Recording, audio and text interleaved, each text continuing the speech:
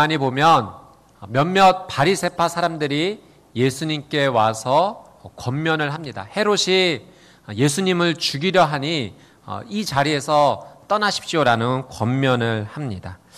이 당시에 예수님을 배척하는 사람들이 많았죠. 예수님을 거절하는 사람들이 참 많이 있었습니다. 그 중에 대표적인 조직 중에 하나가 바리새파 사람들입니다. 그런데 그 예수님을 배척하던 바리새파 내에서도 예수님에 대해서 걱정하고 염려하며 또 예수님을 존경하는 사람들이 있었다라고 하는 사실이죠.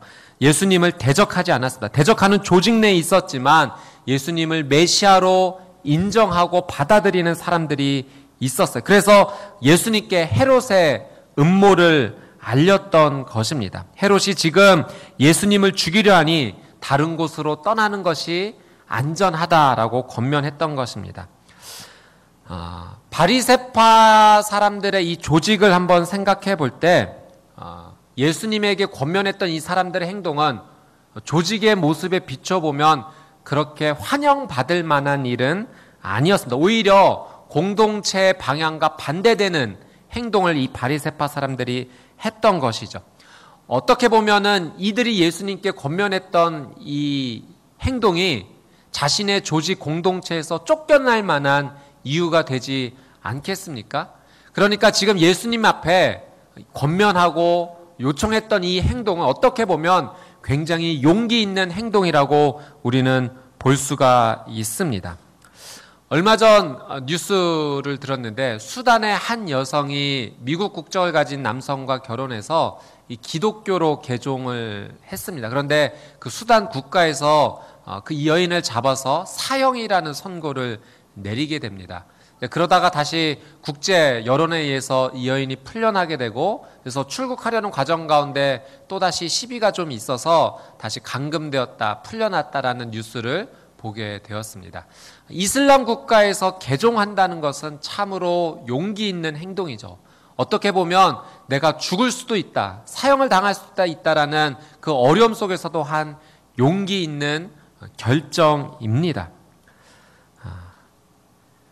우리가 현재 이 한국, 대한민국에서 살면서 개종한다고 해서 하나님을 믿는다고 해서 죽임을 당하거나 사형 선고를 받지는 않습니다. 그런데 여러분 가만히 우리의 삶을 생각해 보면 우리가 예수님을 믿기 때문에 하나님의 자녀이기 때문에 신앙으로서 우리가 용기 있는 행동을 해야 될 때가 있다라고 하는 사실이죠. 결단을 내려야 될 때가 있습니다. 신앙인이기 때문에 하나님의 자녀이기 때문에 하나님을 믿기 때문에 예수님을 구주로 고백하기 때문에 용기 있는 결단을 내려야 될 때가 있어요. 예전에 청년부에서 제가 섬겼을 때 한 지체와 상담을 한 적이 있었는데요. 이 지체가 자신의 회사에서 인정을 받게 되었습니다. 신임을 얻었어요. 그래서 회사에 이제 중요한 일을 이제 맡게 되었습니다. 회사에 인정을 받았기 때문에 승진도 남보다 빨랐고 중요한 일을 이제 맡는 그 위치에 올라가게 되었던 거예요. 그런데 이 지체가 맡았던 일이 무엇이냐면 이중장부를 맡는 것이었습니다. 그런데 이 임무가 떨어졌을 때 예수님을 믿기 때문에 하나님의 자녀이기 때문에 신앙의 양심상 이중장부를 만든다는 것이 도저히 마음에 내키지 않았던 거죠. 여러분, 이 일을 그냥 회사가 맡긴 것 아닙니다. 정말로 중요한 사람이라고 판단이 되었고 회사에서 키울 목적으로 그 자리에 올린 것이며 회사의 중요한 업무를 맡긴 것이죠. 그 이전까지도 회사의 문화상, 관례상 늘 해왔던 일이기도 합니다. 그런데 이 지체가 기도하면서 결단을 했어요. 그리고 회사에서 잘릴 수도 있다라는 각오를 하고 제가 이 일은 양심상 도저히 맡을 수가 없습니다라는 이야기를 이제 하게 됩니다. 그 고백은 이제 더 이상 회사의 신임을 받지 않아도 된다. 나는 내 일을 더 이상 하지 못해도 좋다라는 그 용기의 결정이었습니다. 그것을 리더에게 말하게 되었고 결국 그 일은 옮겨지게 되었습니다.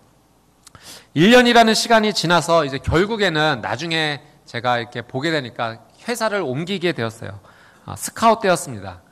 다른 회사에 모두가 가고 싶어하는 회사에 더 높은 직급과 연봉을 받고 옮겨가는 것을 제가 보게 되었어요. 1년 전에 신앙의 용기 있는 결단이 그런 결과를 만들어냈는가? 그럴 수도 있고 그렇지 않을 수도 있지만 분명한 사실 한 가지는 있습니다.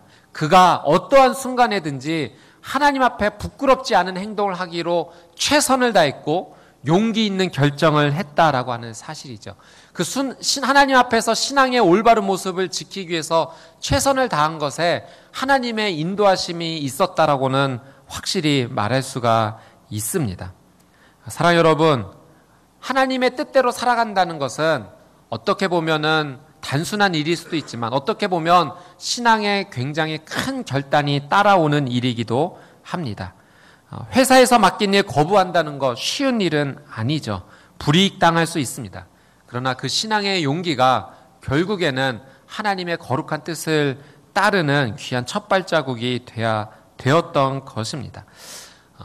우리가 하나님 앞에서 신앙생활을 할 때 반드시 이 신앙의 용기가 필요합니다.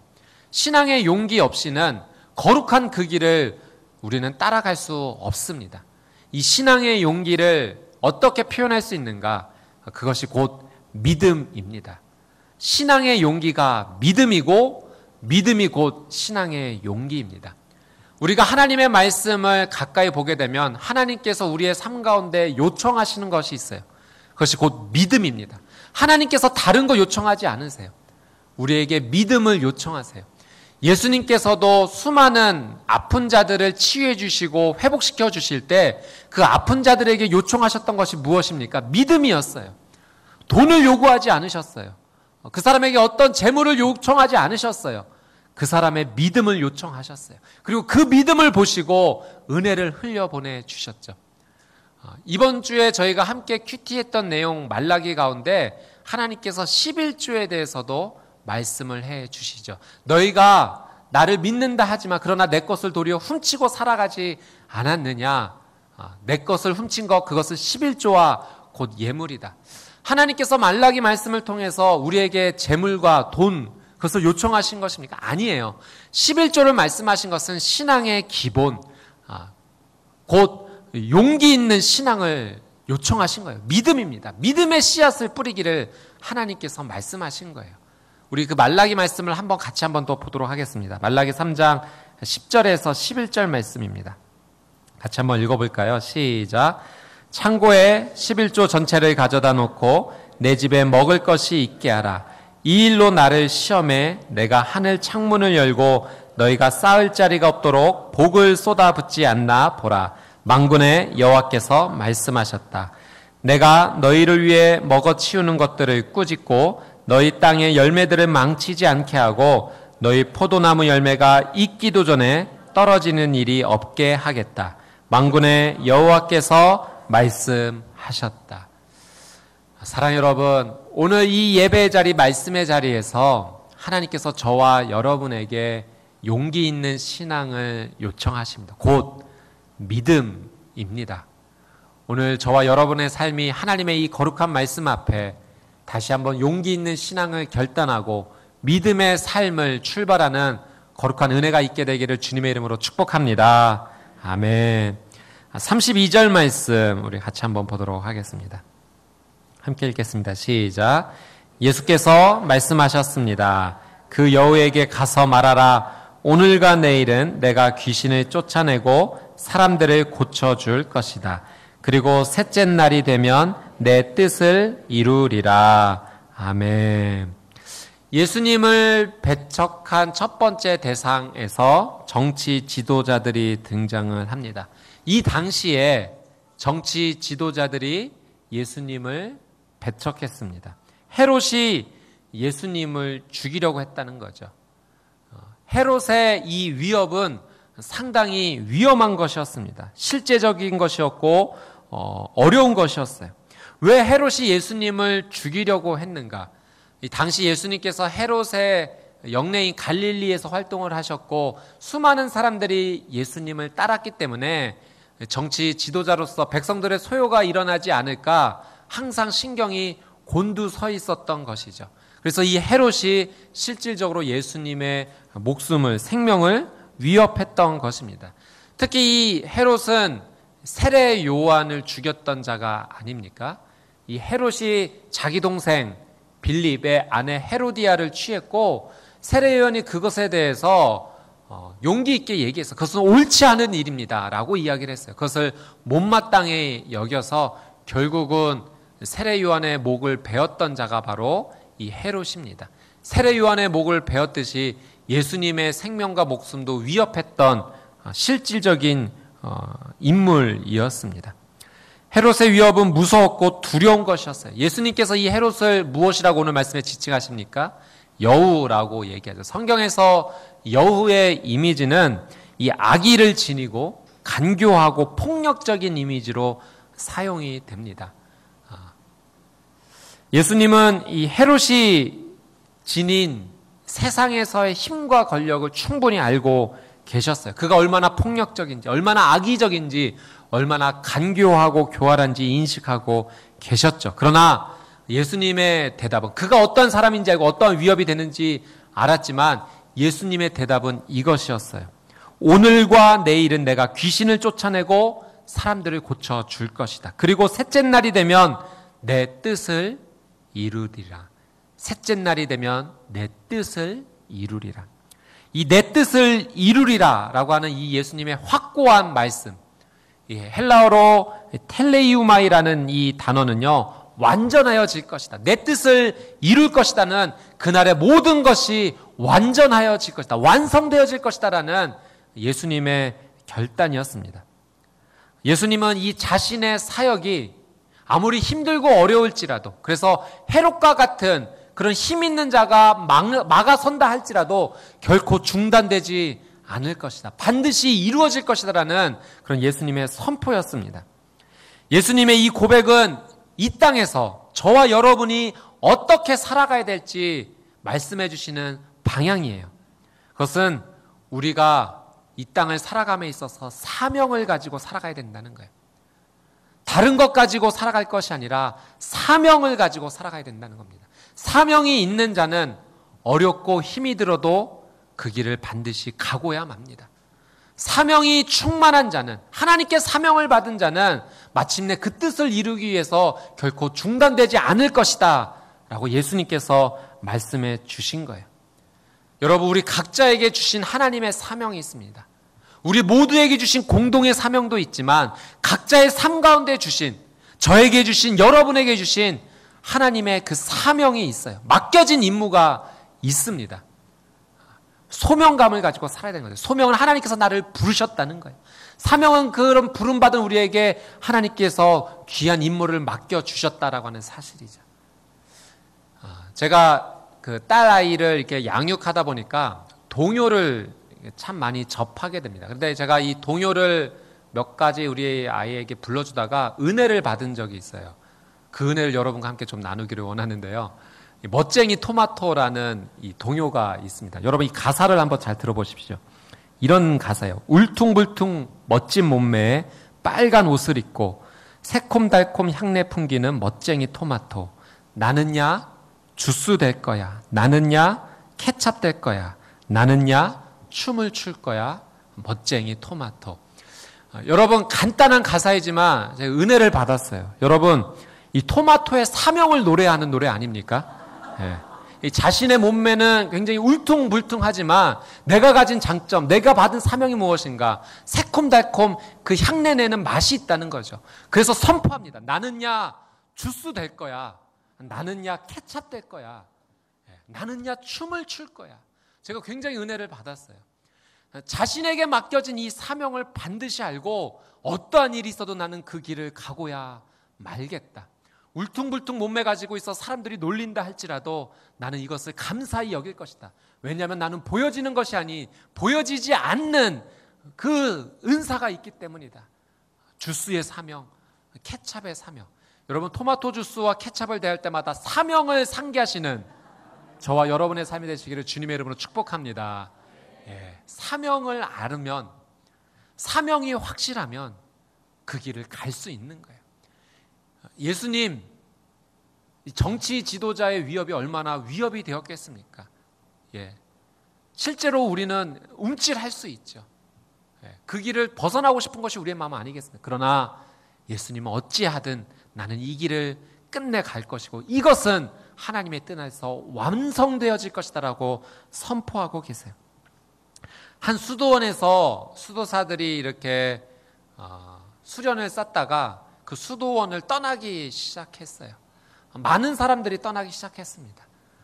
그래서 한 사람이 그 수도원의 원장님에게 찾아가서 이야기했어요. 이렇게 많은 사람들이 떠나가는데 왜 그들을 붙잡지 않으십니까? 왜 말리지 않으십니까?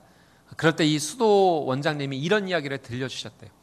사냥에서 사냥을 나갈 때 사냥개들을 데리고 나가는데 그 중에 한 사냥개가 토끼를 발견하면 뛰기 시작합니다. 그 토끼를 잡기 위한 그 사명을 가지고 뛰기 시작하죠. 그러면 함께 있던 많은 사냥개들이 뛰기 시작하는 그 개의 뒷모습을 보고 사냥개의 뒷모습을 보고 함께 뛰기 시작합니다. 그러나 뒤따라오던 사냥개들은 어려움을 만나고 장애물을 만나면 지치면 쫓아가는 것을 멈추어 버리죠. 그러나 처음으로 그 토끼를 발견했던 그 사냥개는 어떠한 일이 있든지 쫓아가고 맙니다. 장애물을 만나도 어려움이 있더라도 지치더라도 포기하지 않고 달려가는 법입니다. 왜 그런지 아십니까? 사명을 보았기 때문입니다. 사랑 여러분, 사명을 직접 받은 자, 본 자는요, 아무리 어려운 일이 있어도 멈출 수 없는 법이에요. 그러나 그 사명을 확실히 받지 못하고 그 실체를 보지 못하고 그저 다른 사람이 쫓아가는 것을 본 자는 결국 지치면 장애물을 만나면 멈출 수밖에 없는 것이죠. 여러분, 우리가 하나님께 받은 사명 지치지 않고 포기하지 않고 달려가기 위해서는 하나님께로부터 그 분명한 사명을 우리가 직접 받아야 돼요. 사명은 누가 주시는 겁니까? 하나님께서 주시는 거예요. 다른 사람이 주는 거 아니에요. 믿음이 좋은 내 가족이 주는 거 아닙니다. 동역자가 주는 거 아니에요. 하나님이 주시는 거예요. 그분이 주신 사명을 우리가 받아야 된다. 그러기 위해서는 하나님과 함께 동행을 해야 되죠. 그것이 우리가 사명을 완수하는 가장 위대한 첫 발자국이 되는 것입니다. 하나님과 늘 함께 동행하며 하나님 주신 사명을 확실히 받고 어떠한 일이 있든지 예수님처럼 위협이 있더라도 장애물이 있더라도 그 길을 믿음으로 걸어가는 신앙의 용기를 가지고 걸어가는 저와 여러분의 삶이 되시기를 주님의 이름으로 축복합니다. 아멘. 우리 33절 말씀 같이 한번 읽어보도록 하겠습니다. 33절 시작. 그러나 오늘과 내일 그리고 그 다음 날에도 나는 마땅히 내 갈 길을 가야 한다. 예언자는 예루살렘 밖에서 죽을 수 없는 법이다. 아멘. 예수님께서 이 사명을 선포하시면서 어떤 어려움과 장애물이 있더라도 나는 그 길을 걸어갈 것이다 라고 선포하시면서 말씀하신 중요한 이 사명 선언문의 특징이 한 가지 있어요. 이 32절, 33절 말씀에 보면 이런 표현이 나와요. 32절에는 오늘과 내일 내가 귀신을 쫓아내고 사람을 치료할 것이다. 그리고 이 33절 말씀에도 오늘과 내일 마땅히 갈 길을 가겠다. 오늘과 내일이 예수님의 사명 선언문에서 강조가 되고 있습니다. 예수님의 궁극적인 사명은 십자가입니다. 십자가에서 우리 죄를 대신해서 그 모든 죄를 짊어지시고 십자가에서 죽으시는 거예요. 그 보혈로 우리를 용서해 주시는 것이 예수님의 사명입니다. 그리고 그 죽음을 깨트리고 3일 만에 다시 부활하시는 것. 그래서 예수님께서 3일에야 마침내 완성이 될 것이다라고 말씀하신 것 이유가 바로 여기에 있는 것이죠. 그런데 예수님께서 강조하신 것은 마지막 셋째 날뿐만 아니라 첫째 날, 둘째 날, 오늘과 내일도 동일하게 강조하셨다라고 하는 사실이에요. 오늘과 내일, 첫째 날, 둘째 날에도 나는 마땅히 갈 길을 갈 것이다. 그것은 고통 가운데 몸부림치고 있는 백성들을 치료해 주시겠다는 거예요. 악한 영을 쫓아내 주시겠다라는 거예요. 많은 사람들을 회복시켜 주시겠다라고 하는 사실입니다. 사랑하는 여러분, 사명의 마지막이 중요해요. 사명을 끝까지 완벽하게 완수하는 것이 중요합니다. 그러나 동일하게 사명의 마지막뿐만 아니라 사명으로 가는 과정도 중요하다고 예수님께서 우리에게 말씀하고 계세요. 마지막 사명을 감당하기 위해서 오늘과 내일 주어진 그 과정의 사명을 포기해서는 안 된다는 거예요. 예수님께서는 십자가의 사명을 향해서도 신앙의 용기를 내고 걸어가셨지만 그 과정 가운데서 많은 연약한 자들, 귀신 들린 자들, 아파하는 자들 포기하지 않으시겠다는 거예요.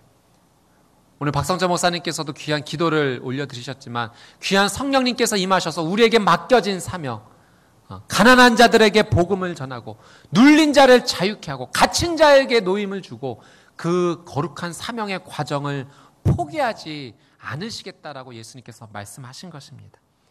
여러분, 좋은 결과를 얻기 위해서는요, 결과로 가는 그 과정도 잘 보내야 되는 거예요.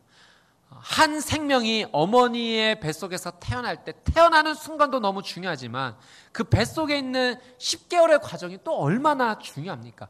그 과정을 잘 보내야지만 건강한 아기, 귀한 생명이 아름답게 태어나는 것 아니겠습니까?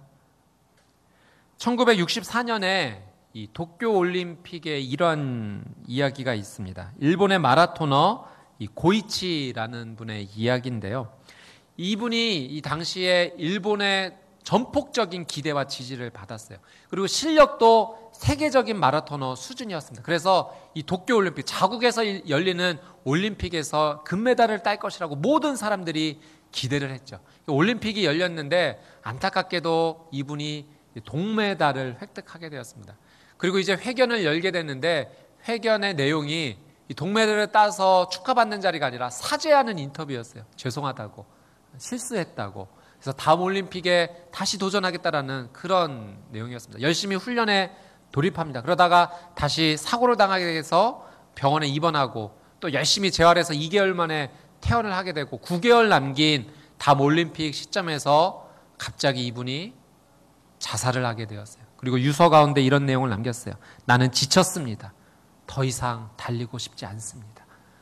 너무나 큰 기대와 압박감, 금메달 1등에 대한 압박감이 이분의 삶을 포기하게 만들었던 거예요.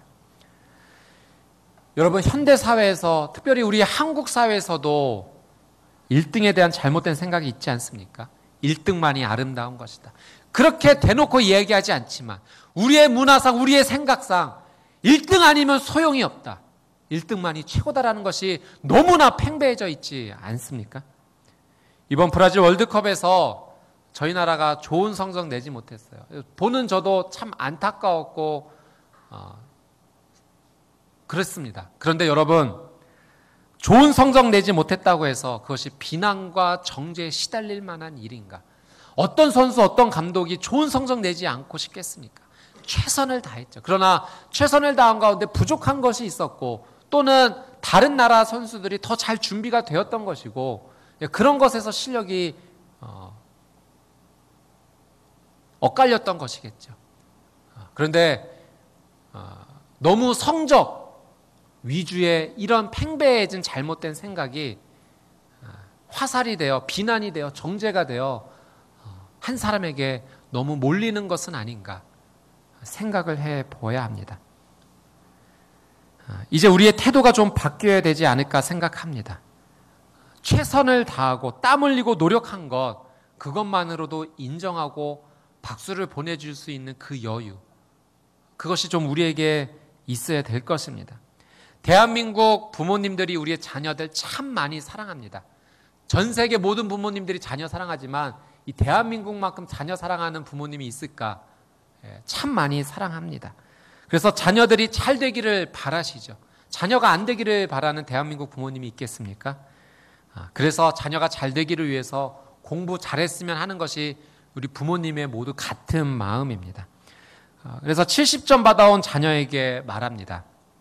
야, 너 다시 한번 노력해봐. 너는 머리는 좋은데 노력을 안 해서 그런 것 같아. 한번 노력해봐. 넌 참 머리는 좋아. 근데 노력을 안 하는 것 같아. 다음 시험에서 80점 받아옵니다.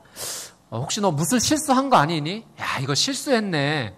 너 이 실수만 안 하면 너는 참 잘할 수 있는데 다음부터 실수하지 않도록 정신 똑바로 차려. 다음 시험에서 90점 받아옵니다. 이제 거의 다 왔어. 이제 다 온 거야. 여기서 마음 놓으면 안 돼. 너 마음 놓으면 안 되는 거야. 다 왔어. 최선을 한번 다해봐. 드디어 다음 점수에서 100점을 받아옵니다. 정상은 올라가는 것보다 지키는 것이 어려운 법이다. 네. 그렇게 이야기하는 거 이 자녀 미워해서입니까? 사랑해서죠. 잘 되기를 원하는 마음에서죠. 그런데 사랑하는 마음의 그 방향이 표현되어지는 것이 조금은 잘못되지 않았나 한번 생각해 봐야 돼요.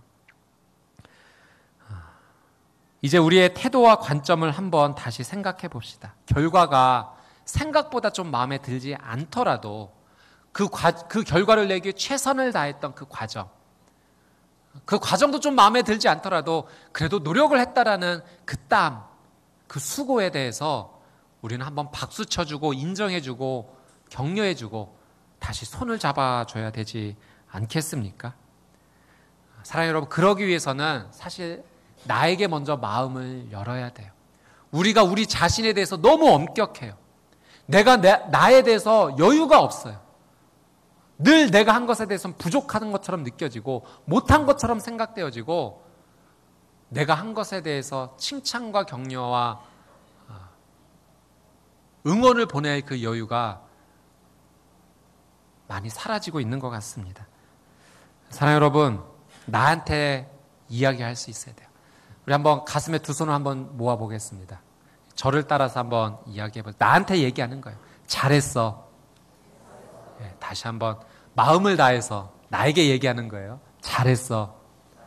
여기까지 온 것만으로도 대견해. 여기까지 오느라고 수고했어.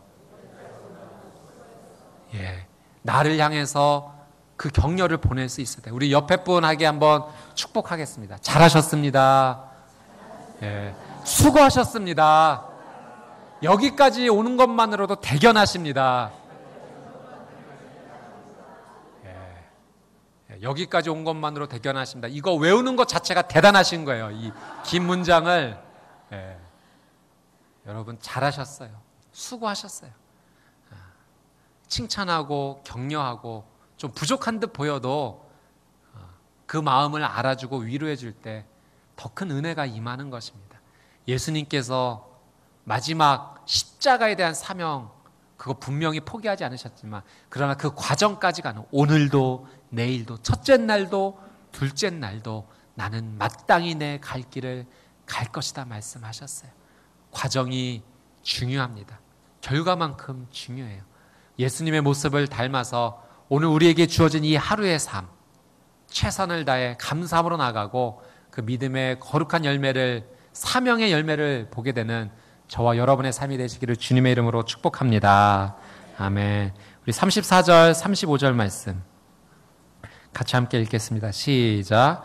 오 예루살렘아, 예루살렘아, 내가 예언자들을 죽이고 내게 보낸 사람들을 돌로 치는구나. 암탉이 제 새끼를 날개 아래 품듯이 내가 얼마나 너희 자녀들을 모으려고 했더냐. 그러나 너희가 원하지 않았다. 보라, 이제 너희의 집은 황폐한 채로 남을 것이다. 내가 너희에게 말한다. 너희가 주의 이름으로 오시는 그분은 복이 있다라고 말할 때까지 너희가 다시는 나를 보지 못할 것이다. 아멘. 이 장면은요, 예수님께서 예루살렘 그 도성, 그 성을 보시면서 우시는 장면이에요. 우셨어요. 여러분, 예루살렘이 어떤 곳입니까? 다윗성이죠. 다윗성이라고 불렸던 성, 거룩한 성, 평화의 기초라고 불려지는 예루살렘, 그런 뜻이에요. 평화의 기초. 다윗이 이 성을 수도로 정한 뒤에 이 도시, 이 성은 하나님이 택하신 땅이 되었고 그곳에 성전이 세워져서 하나님을 예배하는 거룩한 땅이 되었습니다. 이곳에는 수많은 종교인들과 하나님을 사랑하는 백성들이 있었어요. 그런데 그 땅이 예수님을 거절하는 도시가 되었다는 거예요. 예수님을 배척하는 도시가 되었다는 거예요. 하나님을 사랑한다 말했지만 형식적인 종교와 형식적인 사랑으로 진짜 하나님은 받아들이지 못하는 그 안타까운 도시가 되고 말았어요. 그 도시를 향해, 그 성을 향해 예수님께서 우셨어요. 하나님을 믿고 사랑한다 하지만은 그러나 진짜 하나님을 믿고 사랑한 것이 아닌 형식으로만 나갔던 그 안타까운 도시를 보면서 우실 수밖에 없었던 거죠. 예수님의 눈물은 사랑입니다. 예수님의 눈물은 오래 참으시는 사랑이에요. 예수님의 눈물은 무엇입니까? 나에게 다시 한번 기회를 주시고자 하는 그 사랑의 눈물이 아니겠습니까? 하늘에서 비가 내린 후에야 무지개가 보이듯이, 그 무지개를 보며 다시 소망과 기대를 우리가 갖듯이 예수님의 눈물이 있었기에 그 눈물 뒤에 우리에게 다시 한번 시작될 소망과 기대가 일어나는 것입니다. 만약 오늘 이 자리에 예수님께서 함께 계시다면 예수님께서 누구를 위해 우시겠습니까? 바로 나 아닙니까? 예수님, 하나님을 사랑한다 말하지만 정말로 내가 하나님을 진정으로 온 마음과 뜻과 힘을 다해서 정말 사랑하는가?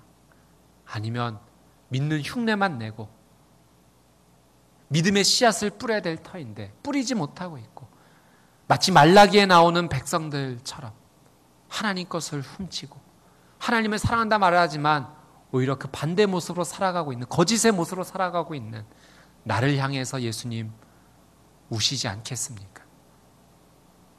그 눈물을 우리가 본다면 이제 우리 다시 돌아서야 합니다. 예수님의 그 눈물이 헛된 눈물이 되어서는 안 돼요. 나를 향한 사랑의 눈물, 오래 참으시는 눈물, 그 눈물 앞에 내가 다시 씻겨져야 될 것이에요. 예루살렘이 다시 예루살렘이 되어야 됩니다. 하나님 원하시는 거룩한 땅이 되어야 돼요.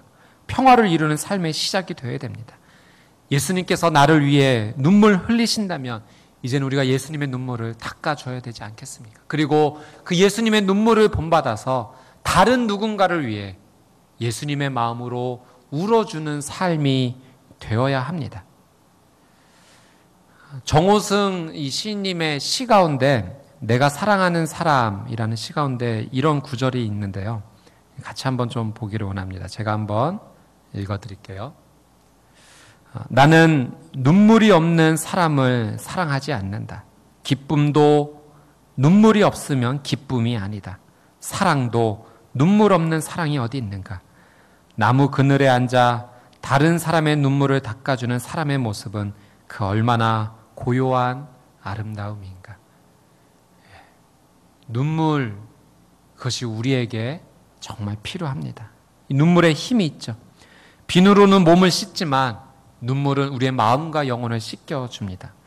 울고 나면 가뭄에 기다리던 비가 내리는 것처럼 우리의 마음이 촉촉히 젖고 희망이 살아나고 윤기가 돌게 됩니다. 눈물은 우리의 영혼을 아름답게 해주는 강물이죠. 그래서 성경은 애통하는 자가 복이 있다, 눈물 흘리는 자가 복이 있다라고 우리에게 말씀하고 계세요. 눈물은 사람의 마음을 움직입니다.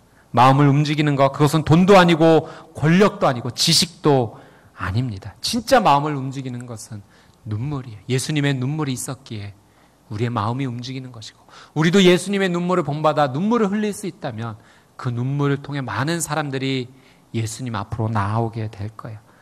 탕자 어거스틴을 성자 어거스틴으로 만든 것은 바로 어머니 모나카의 눈물이었던 것을 우리는 기억해야 됩니다. 눈물은 영적인 힘이 있죠. 그래서 스펄전 목사님은 그런 말씀을 하셨어요. 마른 눈으로 천국에 들어갈 수가 없다. 예수님을 만나고 예수님을 경험한 자가 어찌 눈물을 흘리지 않을 수 있겠습니까? 그분이 나를 위해 먼저 눈물을 흘려주셨어요. 이제는 우리가 눈물을 흘려야 될 차례입니다. 우리가 눈물 흘리기 시작할 때 그 눈물이 믿음의 씨앗이 될 것이고 신앙의 용기가 될 것이고 오늘 우리에게 주어진 사명을 감당할 수 있는 은혜의 시작이 될 것입니다. 예수님의 눈물을 닮아 우리도 함께 울고 예수님의 모습을 담아 사명으로 살고 마땅히 내 갈 길을 가리라 신앙의 거룩한 용기를 내는 저와 여러분의 삶이 되시기를 주님의 이름으로 축복합니다. 아멘. 오늘 주신 말씀 붙잡고 같이 한번 기도하기를 원합니다.